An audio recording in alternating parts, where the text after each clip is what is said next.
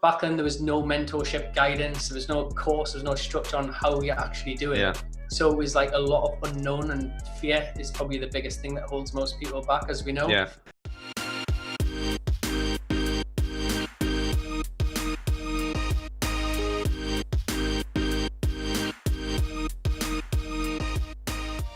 Like, just quickly, you started Ronald James on your own? Yeah, so like probably for 6 months or so it was going on in my head. I had friends that would go out on lunch and talk around like, should we leave and set up on our own? Back then there was no mentorship guidance, there was no course, there was no structure on how you actually do it. So it was like a lot of unknown, and fear is probably the biggest thing that holds most people back, as we know. So it was fighting through the fear, because I remember back then we were looking into how much would it cost to do a website, and I was thinking it was like £20,000. But it's not. Like, I built a website for 20 quid. But then you think, oh well, you need loads of money to start a business. It's crazy, because like, what year was that?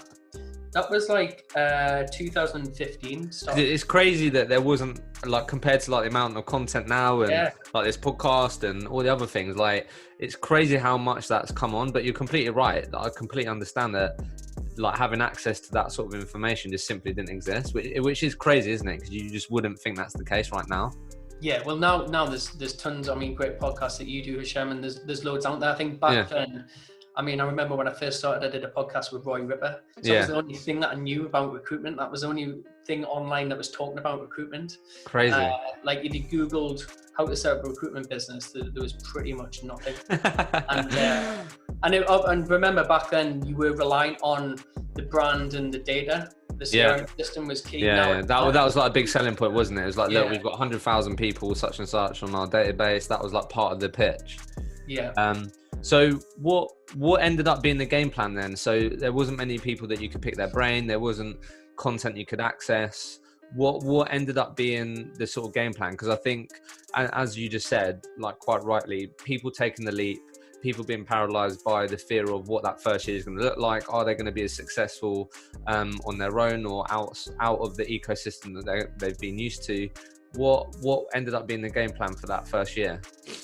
Yeah, so it was like a lot of personal development. So just trying to read. I read a book a week. Like, I was reading a lot around business fundamentals and how to start a business.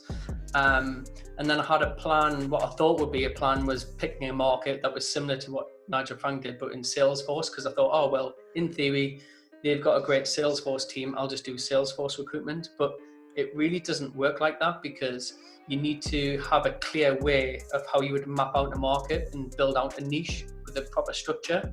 So like, because like a niche vertical will have like various different gradients within it. So yes, you could like have a specific group of high clients and candidates within a niche that someone else is successful with, but that doesn't mean that you can just step in there and be really successful yourself. So like that was probably a mistake. Like, how long did you focus on Salesforce for? Probably like 3-4 weeks. And then we just got, obviously I was based in the Northeast. I got talking to, and I just networked, like I hustled and just went to loads of business events, we pulled an IT developer job, and we worked that, it worked. And then all of a sudden we just fell into like the Northeast tech market, which was up and coming at the time. And that's a very similar like story to how Sean and Nigel started Nigel Frank. Like, they didn't aim to do Microsoft Dynamics. Like, they were doing something totally different. Really? They just fell into it. I think something that's really stuck with me is where you start isn't where you finish. And I think that's so important to realize, that you might have in your head where you want to be, but just like, because right now what you're starting and what you're doing isn't like, do you know what I mean? Which is pretty much what you just said. And I think it's so important to remember that if you're starting your own business, or just in general.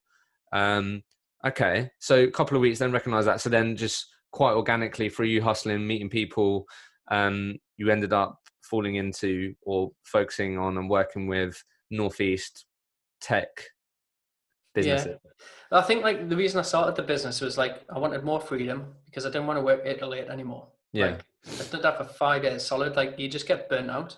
Like, most recruiters get burnt out doing that. It's not sustainable, like long term. Like, it's not good for your health at all. There's definitely a better way. So freedom, I wanted more money. because I was restricted. You're always restricted to the amount of deals that you can do in a month and the amount of money you can make at that place. So, and then lifestyle, because I wanted to be all I can be. The only way I can do that is express that is to have full control over my destiny. Hi, thanks for watching today's video. If you like what you've seen, please like and subscribe to the button with Entrepreneur James so you keep up to date with all of the updated videos. If you've got any questions or comment, I'd love to hear from you. So please drop a comment in Entrepreneur James below, and we'll look to answer those on a weekly Q&A video. Keep an eye out for any future videos that we'll be posting. I'll be popping a video in here probably every 1 to 2 days. Thank you.